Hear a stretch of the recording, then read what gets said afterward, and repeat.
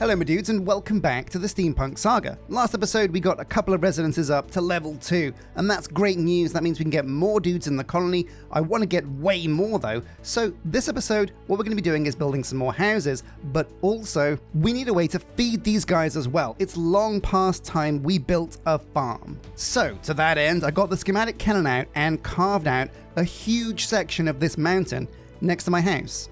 We again framed it in the style we're using, oak logs, added some stone bricks, and there's an extra guard tower up there to capture some more land, because this is where we're going to put the farm. Now the farm is a huge building, but it's essential. Not only for growing crops to feed our dudes, but also some of these guys have started to get sick, and that's never a good place to be, so we're going to make sure they've got the carrots and potatoes to cure themselves of the flu. So without further ado, let's jump in. Right, so here we go. We're going to have to build the farm building first. It's not a tricky craft.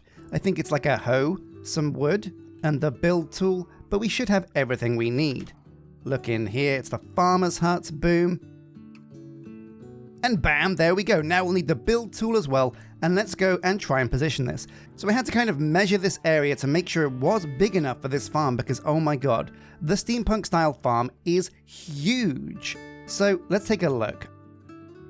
So to get an idea of how big this thing is, I've come over here on top of my house, next to my windmill. Hello, is this going to push me off? Oh yeah, it does. Oh wow, cool. Anyway, yeah, this thing is amazingly big. We're going to swivel it around so the front is facing the water.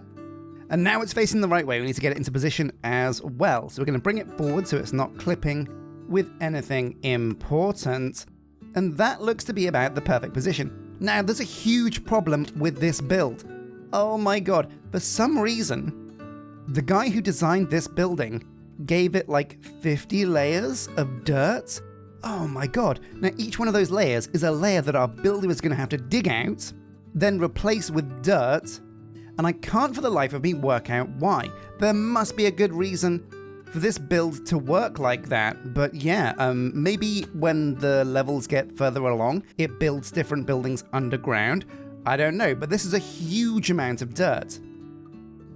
But the very cool thing about this farm is it does kind of come with its own fields, and I think as you upgrade it from level 1, 2, 3, 4, and 5, it adds the fields itself, so you don't have to worry about that at all. That's pretty good. So what does it look like at level 5? Oh my god, hold the phone, Al Capone, we are in the prohibition zone. This thing gets nuts at level 5. Oh no! I am not looking forward to having to grab this much copper to get this thing upgraded. We'll have to find a way to get copper on farm. Okay, now we're going to have to get our builder working on this right away because there is so much to dig out. The sooner Ambriel gets started on this, the better, but oh my god, yeah, 5,600 dirt. That's broken. Honestly, what are you doing? But yeah, we'll make sure Ambriel is selected, press go. We've got loads of stone pickaxes in the warehouse now. I think at level 2 builder's hut, she might actually be able to use iron, but iron's way too expensive to be wasting on a builder. So we'll get her started on this and hopefully she'll be able to make a dent. And while she's doing that, it's time to upgrade our housing situation. Now these houses from Steampunk are pretty cool. They're amazing, they're huge. But you know what? They're a little bit too huge. I wanted to put some houses over there behind the town hall. I think that's going to be the perfect area to get hooked up with a whole bunch of extra houses. But again, yeah, the houses from Steampunk, I took a look and they don't quite fit under that canopy. And that's crazy because that canopy is huge. So what we're going to be doing is dipping into a different style, just for the houses for now. And we're going to see if we can find something that matches the steampunk aesthetic.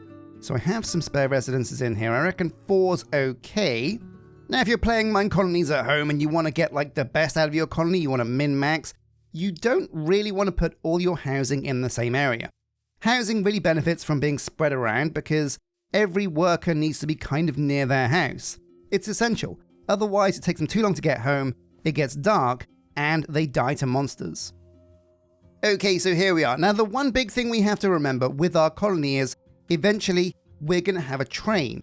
The train track is going to come down the middle there, around the front, and then the plan was to feed it up into this mountain and around.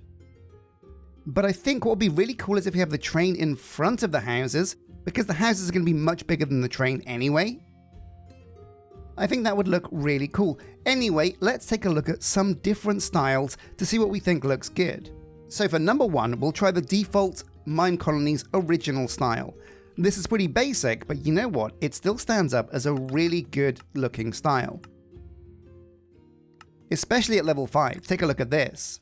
Yeah, that's an actually really good looking house. It fits kind of perfectly in that little nook and cranny. Oh yeah, that could be actually perfect. Also, the use of brick means this still feels very steampunky. What about the alternative residence? Yeah, this looks really cool as well. I really like this style, but I'm not too sure about those logs as the roof. Let's try another style. So now we're going to look at colonial. This is a really cool style. It's one of the newer ones, and I think the residence from this, if I remember rightly, looks really amazing. So there's alt house, bricks house, diorite house, house, and we'll try basic house first. So at level 5, this looks, ooh, yeah, wow, this is very steampunky. But let's take a look at the bricks house, because bricks definitely most suits the idea of a steampunk vibe. So, up at level 5, oh my god, my dudes, I think we might have a winner. This is the perfect style because these sides are super flat, and that means we can kind of put these next to each other. And yeah, do you know what? This is going to be perfect. It's got loads of room out front, so we can definitely put a train track here that goes in front of all these houses. That's a really cool idea. Okay, well I'm going to get these mapped in. We're going to put a log to mark the corner of that house. And press go. And just keep doing this all along this way. Now actually, what looks really cool is mixing and matching diorite houses with the bricks houses. The last style in colonial is the alt house, and this, it looks kind of cool, but it's very white. There's a lot of diorite here. I'm not sure it really matches the aesthetic we're going for, so we're going to stick and go back to old bricks. Oh yeah, good old brick. Nothing beats brick, not even scissors. And there we go, that's a pretty solid 3 houses locked into position. So, let's check the materials, because what I think we could do is get Dusk to build all 3 of these while we wait for Ambriel to dig out that giant amount of rock over there, because that's going to take her hours. Yeah, do you know what? Let's see the materials and give it a go. At level 1, this is all going to be very simple, I'm fairly sure. Yeah, cobblestone and wood. Oh man, yeah, so simple. The red beds are the hardest part. I'll get her all that she needs to get going, and let's watch the time lapse. So here we go, 3 residences in one build. Man, it really does bring home how much materials are required for steampunk builds when you go back to a different style, and we can get 3 time-lapse builds done in less than an hour. And I don't think it's too bad because we've already got those steampunk style buildings, but these actually do still look very steampunky. With extra decorations that we add at the end, they'll also look much more the part. It's also super convenient that Dusk's building hut is so close, because now she can get these buildings up super quick. They're also actually very simple to build. I am actually a massive fan of the colonial build style. And hopefully the time spent building these buildings has given Ambriel time to dig out the area and get busy with the farm. But anyway, here we go. 3 residences now complete. That's space for 3 more dudes. Let's go over to the farm now and see how Ambriel's doing. Oh man, yeah, look at these dinky little houses. These things are amazing. I love it. I love really small builds, honestly. Oh yeah, there's like enough room in here. I'm gonna hit my head. Bam. Oh my god, this is like where you put your grandparents when they get old. This is crazy. It's such a small, tiny house. I love it. I'm a big fan of very, very, very small builds. They're amazing. They're amazing. I love that little bespoke style. I feel like some Minecolony styles tend to lean towards being massive, like huge, big, monolithic structures, when you can get away with something really cute and quaint. Anyway, yeah, these are level 1. Not great, not terrible. What does it cost to get these guys to level 2? Let's have a look. Wow, okay, yeah, man, it's still so easy. Oh, I do love easy building styles. Well, we'll definitely come back and make those level 2, because those materials are nothing. That's crazy. And that would mean we can get 6 more dudes 6 more dudes. That's crazy. Crazy. Now, to make things easier for Dusk, because there's no stairway to get up here, we did build this nice little cheeky ladder that, yeah, she used. She's been using the ladder. It's great. We'll move the ladder at some point, but hang on a sec. If we've got more space, what about over here? Mike Crown. Oh, yeah, look at this. Mike Crown only costs 21 nether quartz. Do I still... Oh, I've still got the nether quartz from buying my last dude. So, boom. Move into one of those new houses, Mike, and enjoy the stay. They're small houses, but you look like a small person, Mike, so, you know, you'll fit in fine. Right, yeah. Oh, okay, yeah, the farm. Okay. Well, how much has she dug? Because it doesn't look like she's made much progress at all. Has she even started? Where is she? Ambriel, where are you? What have you done? Okay, so in the time it's taken Dusk to build 3 houses, Ambriel has dug a few bricks. Ambriel, what is this? Why are you going so slow? She is so slow. Oh my god. Oh, to be fair, it's not her fault. And this is why we use the schematics cannon instead of a builder to clear out these massive areas, because, oh, it took Ambriel this long to do one layer. It would take the schematic cannon like about 5 minutes. But you know what, that's okay, because we do have a lot of materials to get for Ambriel if she's going to complete the build. For the farm itself, it's not too crazy, like some brick, some wood, some bits of glass, here and there, like some touches of decoration, but the big thing is going to be getting her loads and loads of dirt. It's like the US presidential elections. If we're going to succeed, we need loads of dirt. So, there's 200 in here, and that's a way to get started, but we're going to craft some shovels and just go on a big old dig. So I'm going to go and dig some dirt, then I'm going to probably have some lunch, then maybe dinner, then maybe go to sleep, wake up tomorrow, and then hopefully Ambriel will be finished and we can watch the time-lapse build go up. So I'll catch up with you guys then. Man, so here we go, the build of the farm. This building is incredibly big, and honestly, a building with this big a foundation is always going to take hours to build. Now, it doesn't help that Ambriel's actually quite far away from this build. Also, I caught her over here, staring at her builder's hut over the water, looking like she wanted to jump in. Luckily enough, she thought better of it and went the long way around. Now, the build is big and flat. There's loads of room for fields, which is great. And actually, even at level 1, it doesn't look too bad. I've kind of sped up this time lapse massively because, like I said, it took forever to get this built. But even level 1, the farm looks pretty cool. But as the farm is finished, it's looking pretty cool. I'm pretty happy with how it is. It does, however, need to be fixed. Before we can actually get to the farm, we need to build a staircase, so I've come over here with some oak logs and some stone brick to shore up the sides and give us a pretty simple basic staircase to get up here to begin with. But now let's get in and hire ourselves a farmer. Oh man, so yeah, what a build. Oh my god, now this is probably one of the ugliest staircases I've ever built, but I was kind of pressed for time. I spent so long just basically building up the wooden logs and the stone bricks that, you know what, I'm not going to design a staircase just yet. This needs a much better, cooler looking staircase, maybe like an extra layer down here, but I don't want to impede too much on the beekeeper's hut or the forester. Anyway, this will serve to get us up here, no worries. Let's go inside and see if we can hire ourselves a farmer. Thank you very much, Ambriel, you've done an amazing job. You can go and take a break. So, let's see, who've we got? Well, the only person on the colony right now, unemployed, is Mike Crown, and I reckon, you know what, why not? Get him in as a farmer, sure, why not? And we'll bring him over here and see what a farmer looks like. Oh, yeah. Oh, look, I love how he's like got a straw in his mouth. That's amazing. Didn't even know you could do that with Minecraft models. Very cool. Anyway, so how does the farm work? How are we actually going to get food into the colony? Well, each farm can hold up to 5 fields. It can use 1 field per level. This is level 1, so it can only use 1 field. This is what a field looks like. If we right click on it, we can choose a seed. And I think, So to start with, we've got carrots, we've got potatoes. I think we probably want to use wheat because we do have a bakery underneath the restaurant. If we can get a baker in there, we can probably use the wheat to make some dough, to make some bread, and I think the colonists are going to love eating bread. It's a pretty high-level food compared to the other things like, well, maggots. Now, obviously, our dude is going to need some wheat seeds, so we can go and grab some from our wheat farm over here. Got to repair this. But yeah, we'll just get him some basic seeds to get going. There we go. I reckon 23 is probably fine. He'll get more as he does some farming. He's also actually going to need some hoes. And I don't mean ladies of the night. No, what I mean is an actual physical tool.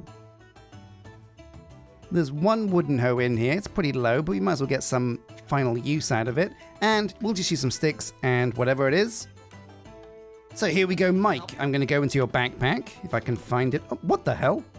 Mike, you've been here for like 2 minutes. How are you sick already?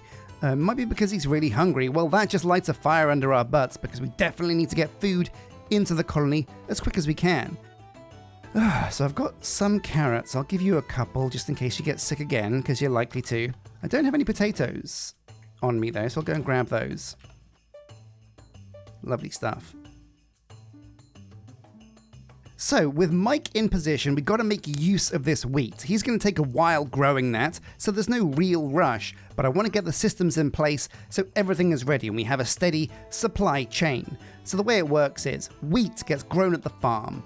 Boom. Mike harvests it, and we get wheat. Wheat then gets picked up by the courier, who takes it to the warehouse. Then, when the baker is ready, they get the wheat, turn it into dough, cook it up into bread, I believe. And the bread goes to the restaurant, who can then serve it to our dudes who arrive for a meal. Sounds pretty cool. Now, if we're going to get a baker in, we're going to need another dude. So it's time to hop on over here near to the tavern and see who's around. Lyra Nebsu, whoopsie daisy. 54 baked potatoes, that's pretty good. We can go and grab some of those. But we already have a Lyra and a Nebsu. Kyle Machoof. I think the last Machoof died, and we do have some spare lapis. So I think we're going to get Kyle in. So get your caboose over here, and we'll get you in the colony, because he is going to be our new star baker. Oh man, it's like British Bake Off. One of my favourite shows, actually. I do enjoy British Bake Off. There we go. Kyle, welcome to the crew. Let's go and get you in your new job. No, that's the beer garden. Hello, Lyra.